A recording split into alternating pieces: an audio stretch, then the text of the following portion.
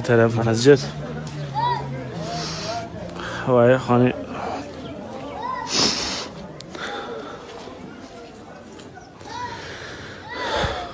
طفلا.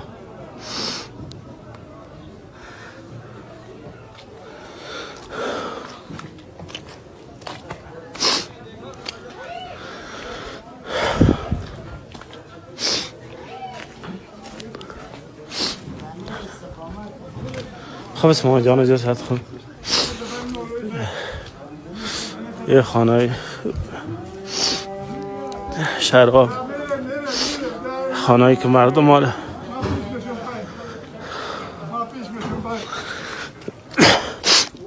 داره ندارشان، یعنی زندگیشان و